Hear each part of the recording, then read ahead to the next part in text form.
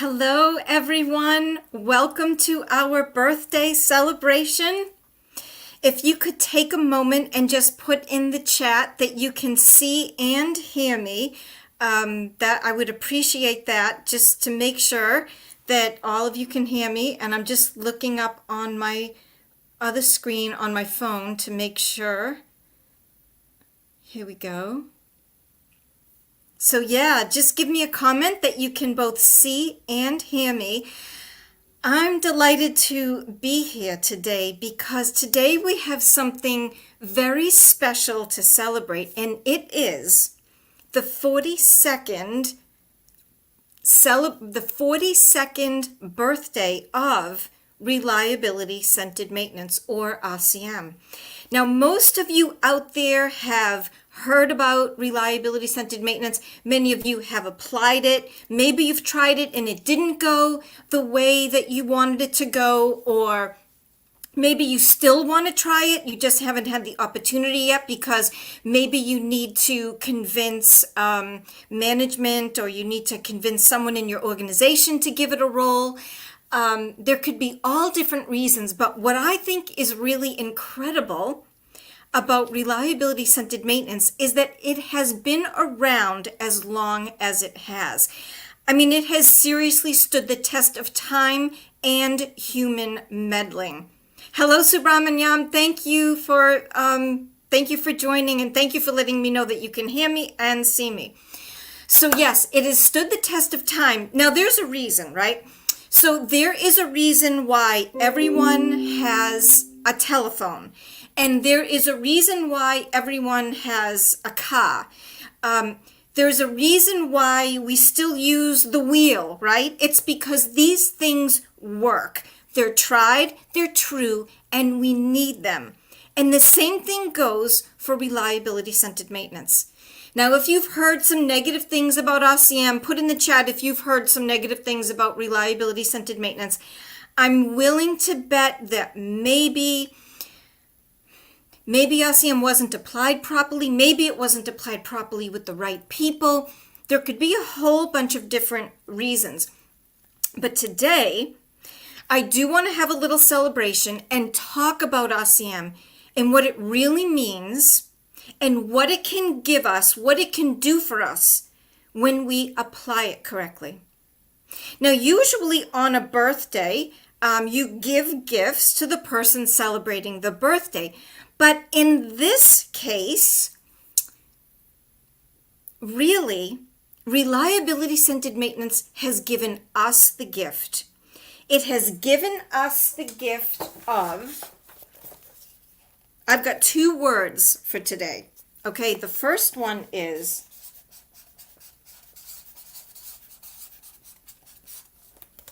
philosophy. Because reliability scented maintenance is a philosophy. It's not a software program. It's not a maintenance program. It is a philosophy that you can use to derive proactive maintenance tasks that are technically the right thing to do and that are worth it for your specific organization. And it also helps us to identify some other things, which we'll get to. But the two words of the day are philosophy and this one.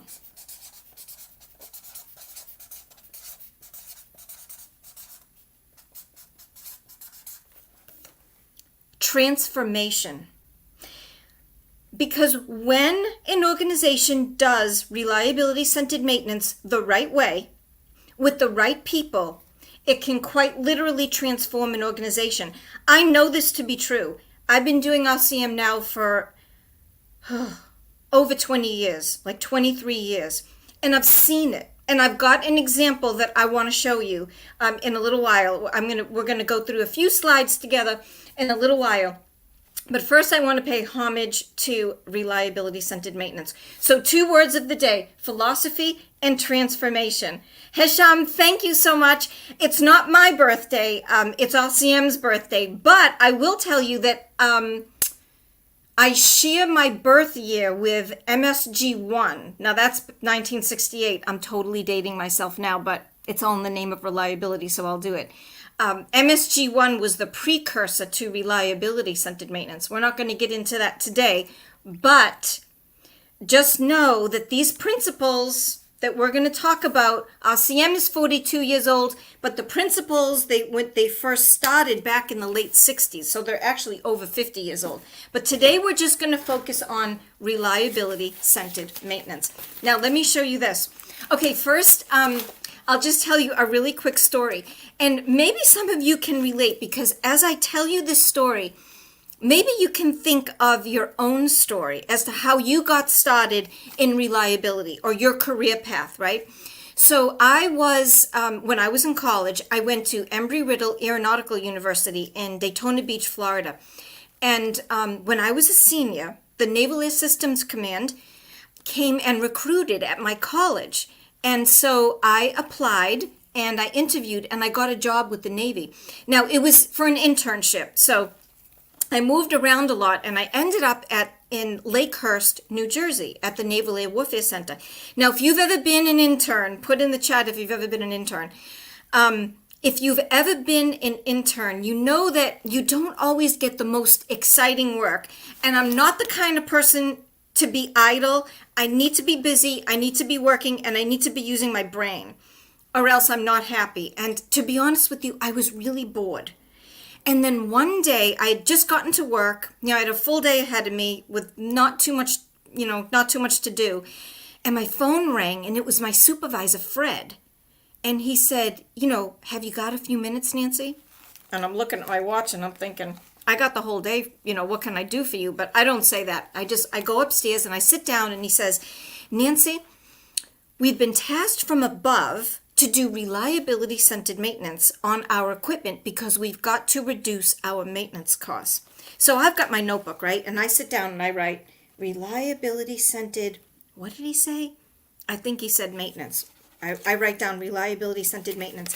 He said, I need you to go figure out what that is and what we have to do to implement it at Navy Lakehurst. Well, we did. And to make a long story short, that's how my career started on an otherwise ordinary day in August 1997. How was I to know that this 10-minute meeting on this otherwise ordinary day would quite literally set the trajectory for the rest of my life? So it's really interesting how life works that way. And I'm sure that you can think back in your own mind and in your own life. If you look back at all of the things that happened in your life, when these things happen, it's almost like they're just random. But I personally don't think it's randomness. It's like it's setting us up. And so that was a big deal for me because it brought me to where I am today. And so reliability scented maintenance is the technical love of my life because I've seen what it can do.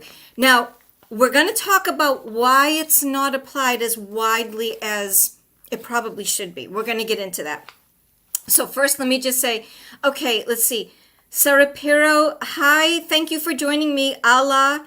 Lennox says, I agree it can be transformative only if it is implemented correctly, adequately monitored, and audited. Exactly, Lennox. And I have a few things to share about that in just a little while, so stay tuned. Okay, Joyce is here. I was an intern several times. I was bored on my first job, but the second job was great.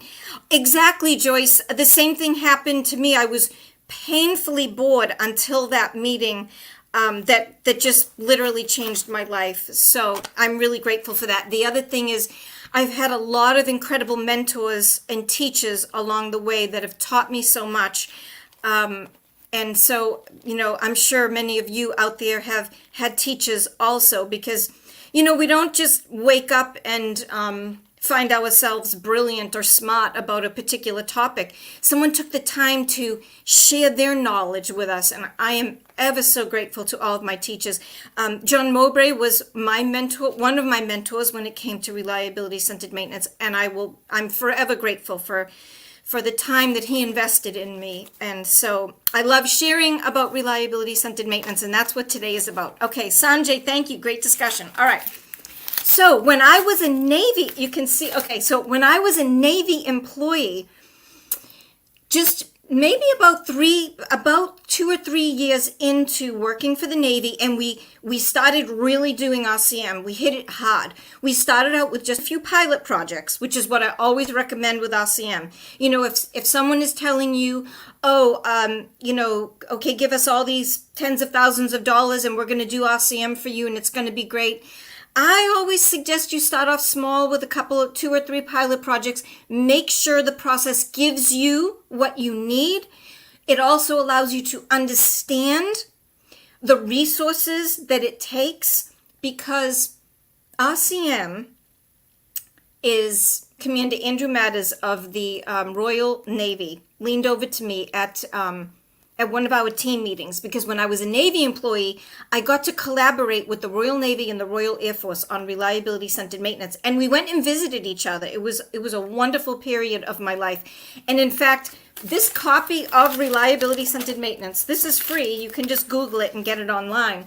But this copy was given to me by 𝗟𝗏, and that was at Fox Hill when I was visiting them, when I was visiting the Royal Navy. And you can see I've got all kinds of tabs. These are for today, but I've got all kinds of tabs and highlights and notes in it, because, you know, RCM principles, they're timeless. For a woman, it's like a black dress, right? If you've got somewhere to go, and if it's a cocktail party or maybe just a professional get-together, you can never go wrong with a simple black dress.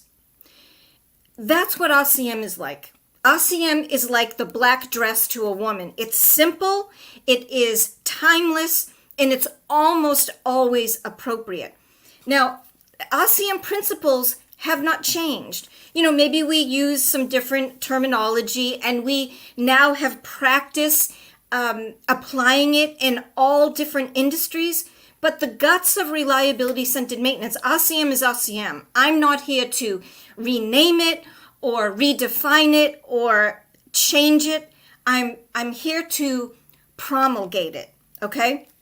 So this is my copy that 𝗟𝗏 gave me. The original, this is the first book on reliability-centered maintenance. So if you don't know the story, I'll just super quickly tell you. Hello, Sanjay, thank you. So reliability-centered maintenance was born out of necessity. And it started in the commercial airline industry. So, you know, back in the early 60s, technology wasn't what it was today, but as time marched on, technology started to improve, and they had new systems on aircraft, and they really didn't have much experience on it, so they had to take their best educated guess and come up with a maintenance program. So to make a very long story short, the crash rate started to increase, and based upon their philosophy at the time, what they believed is that most things failed because of age. Well, we know that's not true anymore, but their maintenance plans were packed with overhauls and replacements, and it just wasn't working for them. The crash rate was getting out of control, and so they figured out they needed a new way of doing business, a new way of coming up with appropriate proactive maintenance tasks, and that's how RCM was born. Now, what happened is that in the 1970s, the Naval Air Systems Command, the same organization where I ended up being an intern, they started sniffing around the commercial airline industry in the 1970s, and they wanted to find out how the commercial airline industry was coming up with their maintenance, because they became successful at it. So it was the United States government that commissioned United Airlines to write a report on how they came up with their maintenance. And that report became the first book, because this is way more than a report. Look at this. That report became the first book on reliability-centered maintenance. I'm going to show you the first page. So look, you can see, I'm going to hold it up to the camera. Let's see. All right, I got to get it just so. Here we go. You can see reliability-centered maintenance. The two authors, Stanley Nolan and 𝗏𝗏, they worked for United Airlines. But the thing about reliability-centered maintenance is that the technology of RCM is in the public domain, because this book was paid for by the U.S. government, and that's why the RCM principles are in the public domain. But see the date? December 29th, 1978. 42 years ago today, our industry was gifted one of the most important books on equipment reliability. And so that's why I say it is super worthy of a celebration. And by celebrating it, we can review once again what RCM is all about, make sure we understand it properly, and maybe with the new year, maybe if you've been thinking about it within your organization, you can start to think as to how you can implement it, right? Because you don't have to implement, RCM is not like an all or nothing thing. It's not like if you do RCM, you have to do RCM on everything. That's just not true. If you do reliability-centered maintenance, you can apply it as broadly or as narrowly as you want. You can do it on an entire plant, although we all live in the real world and there's probably not enough time to apply RCM correctly on everything. But you really don't need to do it on everything, right? Start with what's giving you the most pain or the equipment that is most critical to your organization, to your operation. That's where to begin with it. Okay, Hisham, can you send us a copy of the RCM or link? Yes, I can post a link. You could just Google it, Reliability Centered Maintenance, Nolan and Heap, Nowlan, but I can most certainly send out a link. That's easy. Okay, so the gift is ours.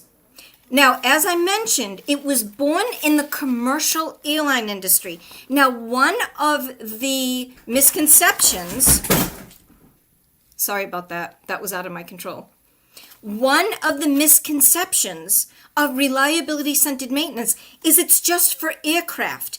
And RCM has that stigma because it was born in the RCM, in the commercial airline industry. But that's not true. And in fact, Nolan and Heap specifically write in their book that one of the reasons why they write this book is so that RCM principles can be used more broadly, right? Now let's just think about it for a second. If you think about commercial aircraft, what's on it? Electronics, hydraulics, pneumatics, structures, right? Structure. Hydraulics, electronics, pneumatics. You can go to any plant, any offshore oil platform, any vehicle, just about almost any machine in the world, and it's gonna have electronics, hydraulics, and or pneumatics, right? So the difference is not the technical aspects of the equipment. The difference is the consequences of the failure, right? If a plane is flying and something fails that's critical, it could crash, right? Now, if something fails in your plant, sometimes people could be hurt, but it may just cause a production loss, right? Now, that could be serious too. So you see, the difference is the consequence, not the equipment. And I want to show you because, let's see, I've flagged it for you because I actually want to read it. I want to show you. Here we go. This is, okay, so let me see. No, it's here, this one. I'm going to show it to you now.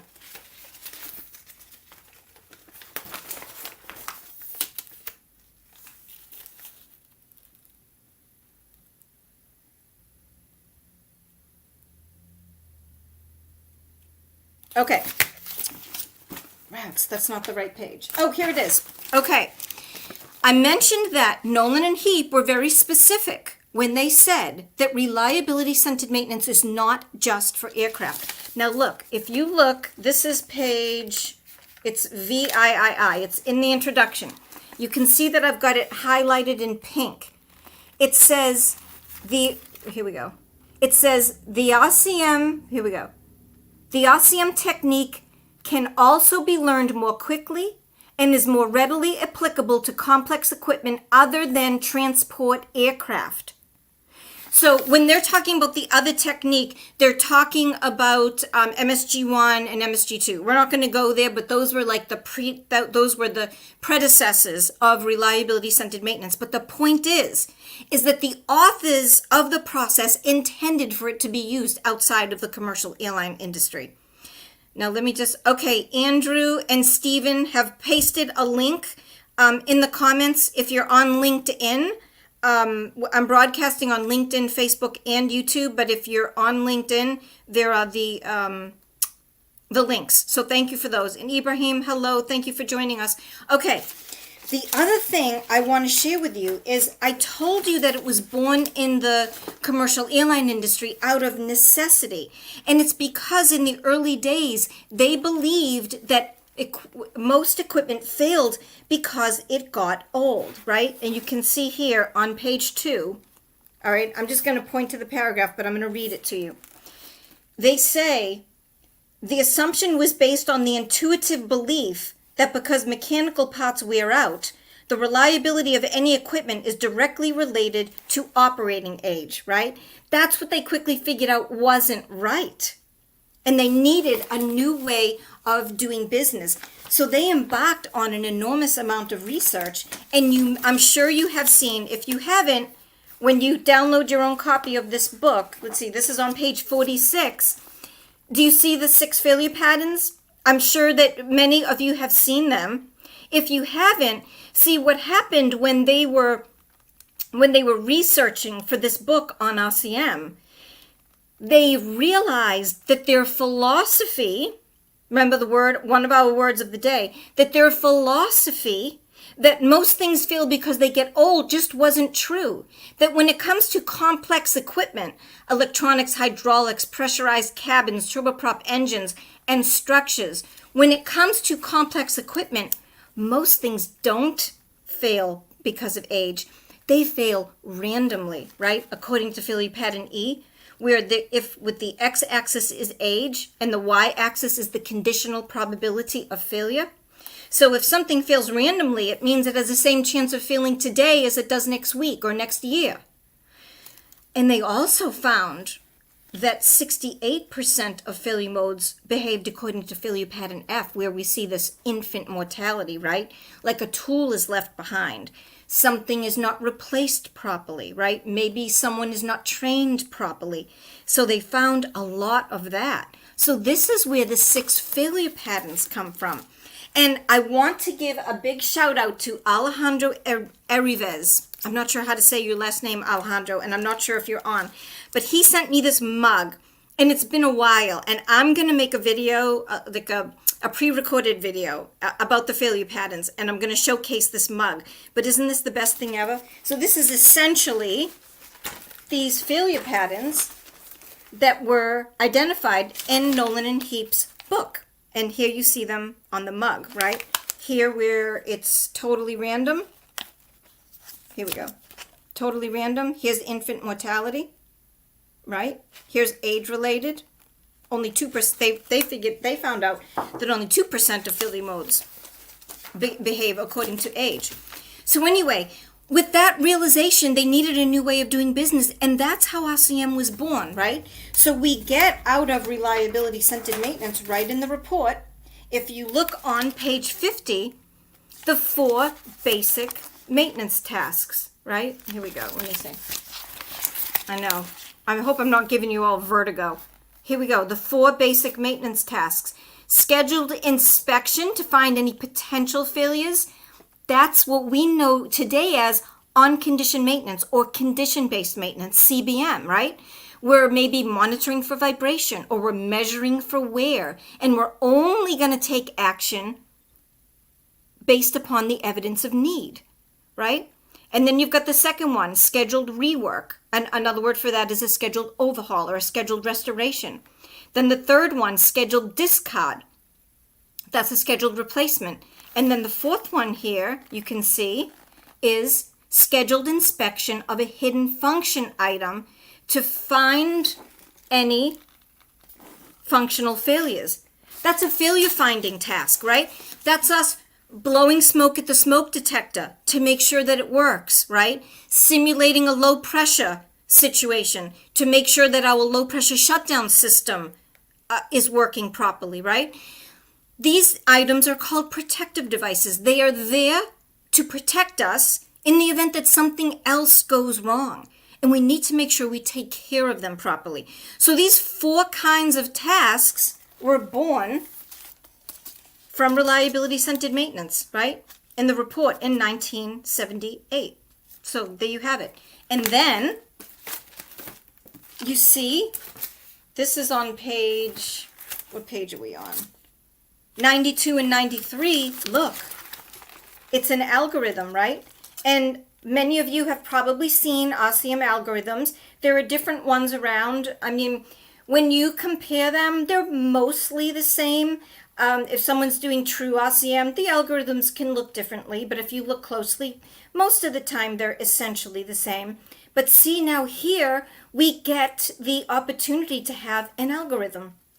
And so we see this in the 𝗂𝗶𝗄 report, right? So I started by saying that 𝗂𝗶𝗄 is a philosophy. It's not a computer program. It's not a maintenance program. It's a philosophy to help you figure out for yourself what kind of maintenance you should be doing.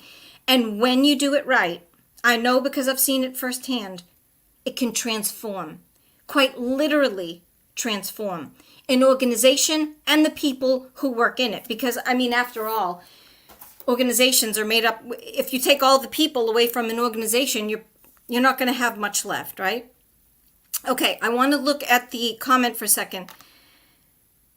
Hi, Nancy. I'm Fabio from Brazil, and I don't know if it would be possible and if is the focus for today, but if yes, I would like to understand better the difference between 𝗂𝗶𝗄 and 𝗶𝗶𝗄𝗃. Yes, Fabio, stick around. I'm going to show you that. Can you write the book's name? Mehdi, the name of the book is Reliability-Centered Maintenance. That's the name of the book. Look. And the way they spelled it is Reliability-Centered Maintenance, and it's by Stanley Nolan, Nowlan, and Howard Heap. So that's it. Now, I will tell you that I would never do this, but if I could, well, if I could travel back in time, I would whisper in Nolan and Heap's ear, and I would say, maybe think about calling it something else, because when you do it right, it gives you so much more than maintenance, right? But I would never mess with the name because it, that's 𝗂𝗶𝗄, all right? So that's the name of the book, Mehdi. So what I want to do is I want to share a few slides with you, and I want to share an overview of the 𝗂𝗶𝗄 philosophy, but not just the mechanics of 𝗂𝗶𝗄. I want to show you what each step really means, right? Because we can talk mechanics, right? Functions and failure modes and maintenance, but there's meaning behind each step. There's a reason why there are 7 steps. Now, you can find all kinds of streamlined versions of 𝗂𝗶𝗄, shortened versions of 𝗂𝗶𝗄 on the market. And a lot of them claim that you can get the same results from them as true reliability-centered maintenance. That's just, I just know that that is not true. Now, I also think that those processes, some of them have merit, right? I'm not suggesting that you can only do 𝗂𝗶𝗄 and nothing else, right? Reliability-centered maintenance is a tool in your toolbox as a reliability professional. There are other things that you need, right? It doesn't take the place of planning and scheduling, and your training programs and your safety programs, etc., and other processes, other analytical processes. But it's like it's one of your foundational tools. So if you're not doing 𝗂𝗶𝗄, at least on some of your equipment, that could potentially be one of the issues. Okay, Lennox says, so I'm working in the power utilities industry. What would be the rationale or criterion for selecting 𝗂𝗶𝗄 over 𝗂𝗶𝗄 or risk-based maintenance? Okay, well, Lennox, let's get into that when we look at these slides. And so let's do that right now. I'm starting this. Now let me share my screen.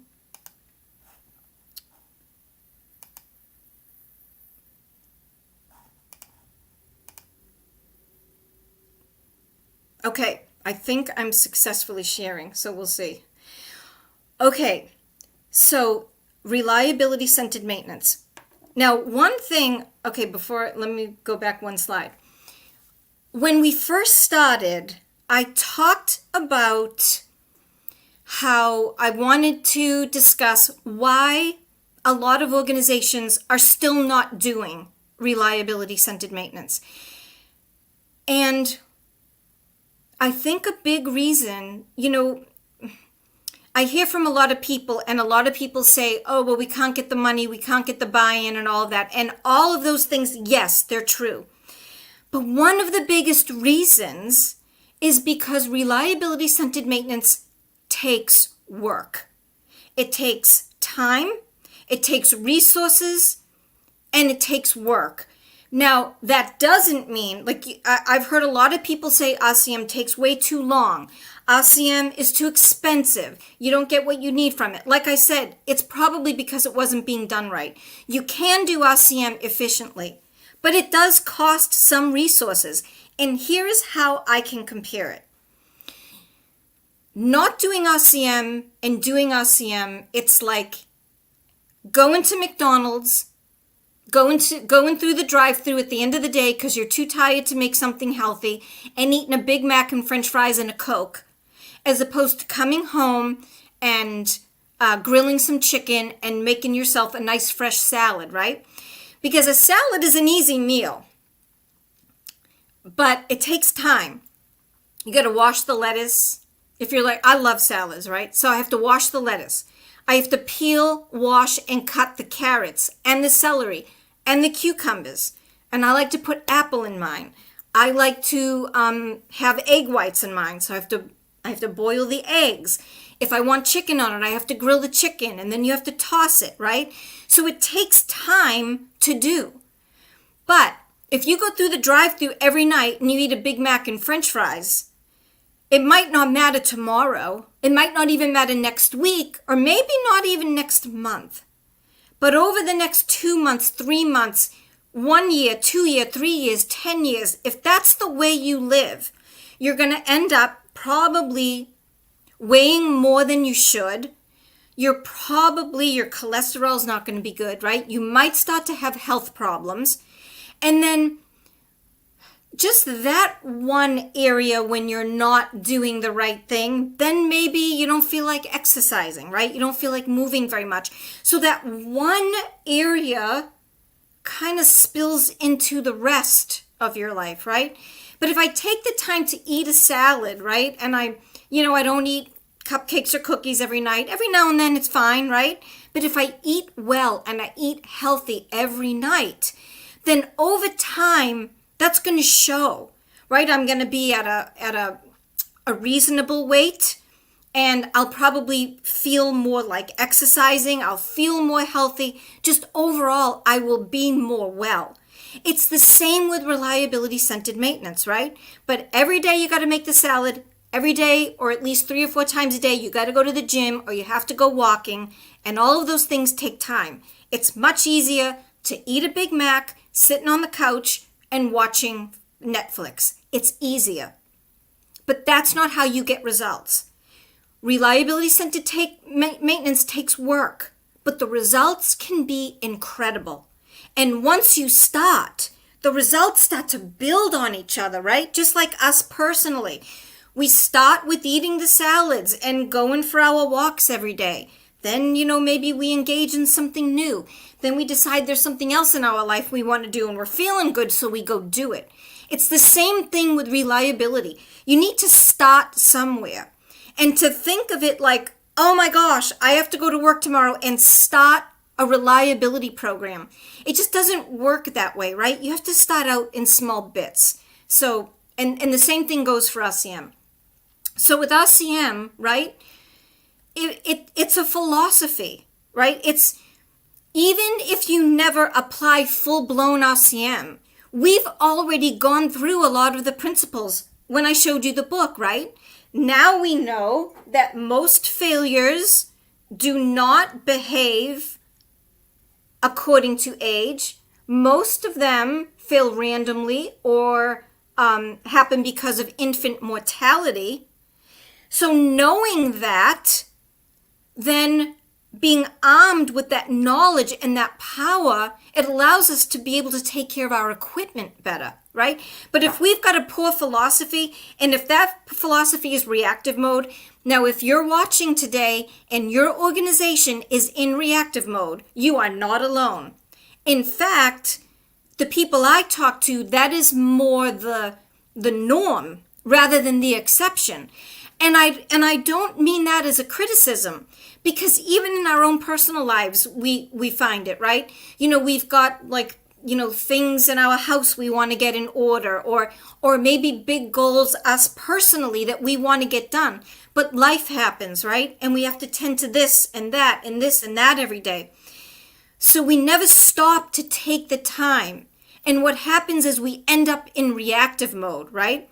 So we're here. We've got no time for proactive maintenance. Never mind, we don't have time to come up with what maintenance we should be doing. We don't even have time to do it either, right? So then the machine fails, and then we scramble to fix it. Then we're back up and running. We're like, okay, now we got to get production back up and running. So we don't have any time for maintenance, proactive maintenance, but then the machine fails, and we end up in this do loop, right? We end up with production losses and scrap costs, disjointed teams and high turnover. So it's not just about money, right? When we talk about, you hear a lot today about a reliability culture. I mean, people make up our organizations. People are very important when it comes to reliability. If we've got disjointed teams and people are leaving, they're coming on board, they're learning, but then they leave because the culture is a negative one, well, then that knowledge walks right out the door with them. So it's like we get into this big do loop, right? But when we have an effective philosophy, then we get what we need from our equipment because we take the time to use a strategy, a philosophy like reliability-centered maintenance to identify all of these things, right? The right proactive maintenance, meaning it's technically the right thing and it's worth doing. Should we be doing that maintenance task? Would it be less expensive just to let it run to failure? But it's more than that. There are our operating procedures and our emergency procedures, our tech pubs, our training programs, and other specifics that you can think of. All of these items affect a system. They essentially affect the reliability that we get from our equipment.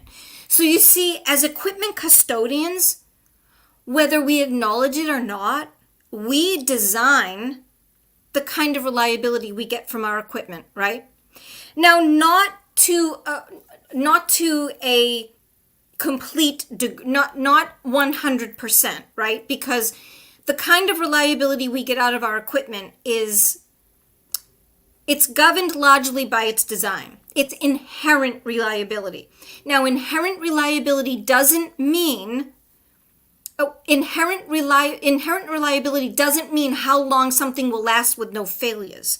Inherent reliability means the kind of reliability that we get from our equipment when we protect it with the right proactive maintenance and some of these other, what we call in RCM, default strategies, right?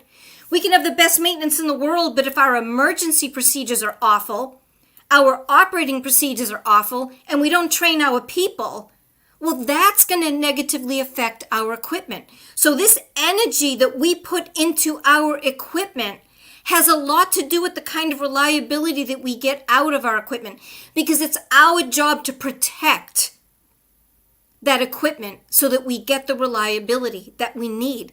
See, that's why I say one of the words of the day is philosophy. Right? We can talk about expensive condition monitoring devices and specific maintenance tasks. We can talk about those things all day. But if we have a philosophy that is inconsistent with how failure actually behaves, or we have a philosophy, a poor philosophy about reliability, well, that's going to reflect on our people too. And our culture is just going to go down the tubes. And when your people aren't on board, it's just, that can make for a very messy situation. So when we've got this good philosophy, we put the right energy into our equipment and we get what we need from our equipment. So now the question is how? How does reliability-centered maintenance help us with that? Well, let's take a look.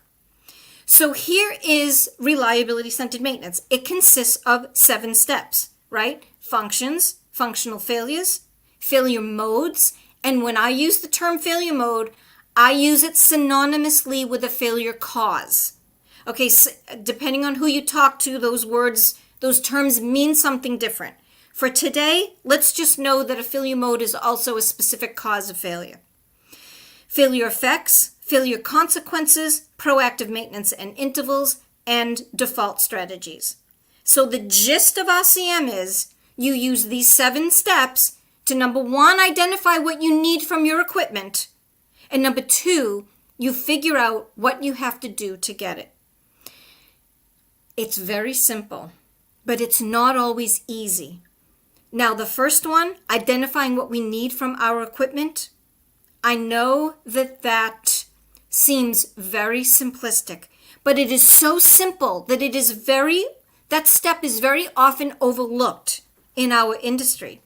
And when that's overlooked, it can turn bad fast. It can even turn deadly. And in fact, it has turned deadly. I mean, you can just turn on the news and you can read or hear about, an explosion at a plant or a plane crash or something. And then when it comes to figuring out what caused it, it was maybe because something wasn't installed properly, right? Or maybe maintenance wasn't done often enough, or maybe the wrong maintenance task was done. So our work is very important, and our work can have very serious consequences. Not every failure mode or failure cause, like I said, they're not all created equal. Some are really critical. And so getting to your point, Lennox, some failure causes you might want to do risk-based maintenance. There may be something so serious or a failure mode that could cause big financial issues that you might want to do risk-based maintenance on it. So you might want to take this one particular failure mode or a handful of failure modes and analyze those more deeply. But when it comes to, let's just say we're analyzing a compressor, most of the failure modes, a facilitated working group, which we're going to get to, equipment experts, most of the time can answer the RCM questions and can, right on the spot, assign maintenance tasks and intervals. Sometimes you need to get a little more detailed. And one of the ways you can do that is with risk-based maintenance. Okay, someone on LinkedIn says, exactly, we can't improve the inherent design reliability with maintenance. All we can do is get the reliability we paid for. Exactly. But we have to protect that reliability we paid for with the right, putting the right energy in. And part of that energy is maintenance. So yes, thank you for that. I don't know who said that, but thank you, because that's absolutely right. Okay, so there's no coincidence that reliability starts RCM starts with writing functions, right? Because when we write functions properly, we're not writing what it is or what it was designed to do. We're identifying what we need it to do. Now, so often when I work with organizations, I hear, or while I'm facilitating, we'll be writing functions, and there will be people in the working group who realize, I didn't know we needed it to do that. Or sometimes they're asking the machine to do more than it can, but they didn't even realize it, because it's such a common sense, no-brainer step that it's easy to overlook. So that's why we start by writing functions. And Hussein says, and sustain it. Yes. That's right, Hussein. So we have to protect our inherent reliability and we have to sustain it. That's exactly my point. Okay, step 3 is failure modes. So now, here's what my mentor, John Mowbray, taught us. He taught us that we manage physical assets at the failure mode level. Remember, I'm using that synonymously with failure cause, right? We manage physical assets at the failure mode level. That means that we as responsible custodians, we have to proactively figure out what would cause us not to get those functions that we identify in our analysis. once we do, now so for example, you can see here's a function of a compressor, and you can see how it's very specific. So when we talk about failure causes, we identify what would cause us not to get this function. Like filters can clog and lubrication can dissipate and air valve controllers can drift out of adjustment. Those are just a few. But, there are more. And they may not be directly associated with equipment. It may be that a tech manual is wrong. Or maybe we've got a wrong operating procedure. Or maybe an operating procedure is just too vague and people are making mistakes. Right? So we identify those causes so that we can identify what would cause us not to get the reliability that we want from our equipment. So do you see how now, when it's framed this way, you see how RCM is a philosophy? I mean, yes, there's a mechanical aspect to it, right? Because we have to do, this is our FMEA, and Fabio, I'm going to get to your question, don't worry. But the first 4 questions in the RCM process make up the FMEA. So if you're doing reliability-centered maintenance, you're already doing failure modes and effects analysis. It's part of the philosophy. All right, let's go to the next one. Then we write a failure effect for each failure mode, which is a short story of what would happen if we did nothing to predict or prevent the failure mode. That allows us to assess consequences, or in other words, criticality of each individual failure mode: safety, environmental, operational, and non-operational. And then in step 6, we get to figure out if there's any proactive maintenance that we should be doing: a scheduled restoration, replacement, or condition-based maintenance. Now, in the context of reliability-centered maintenance, in order to schedule a maintenance task, it has to be technically the right thing to do, and it has to be worth doing. What do I mean by technically the right thing to do? For example, I drive a 2014 Subaru Forester. How often do you think I proactively replace my alternator?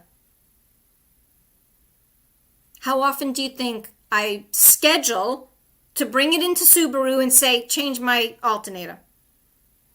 I don't. I don't schedule to replace it because it fails randomly. If I replaced my alternator today, it has the same chance of failing next week or next month or next year. It doesn't make any technical sense to replace an alternator, right?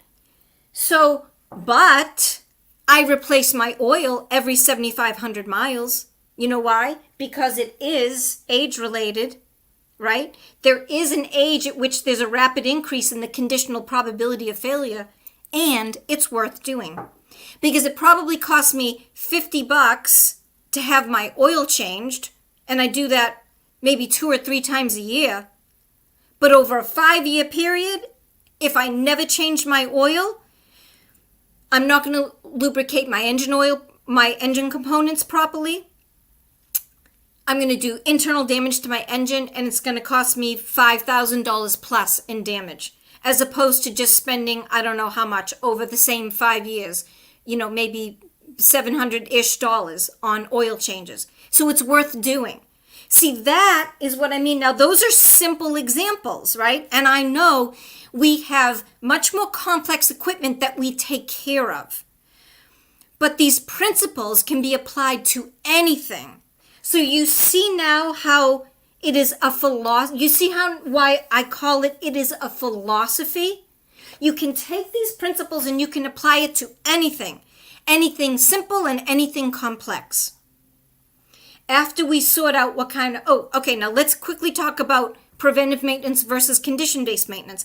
Just like I said, right, with my oil, we're looking at failure pattern B, where the x-axis is age and the y-axis is the conditional probability of failure, right? So after about 7,500 miles, here I am on my curve. If I don't change my oil, the properties are going to start to break down, and I'm not going to be able to lubricate my engine components properly.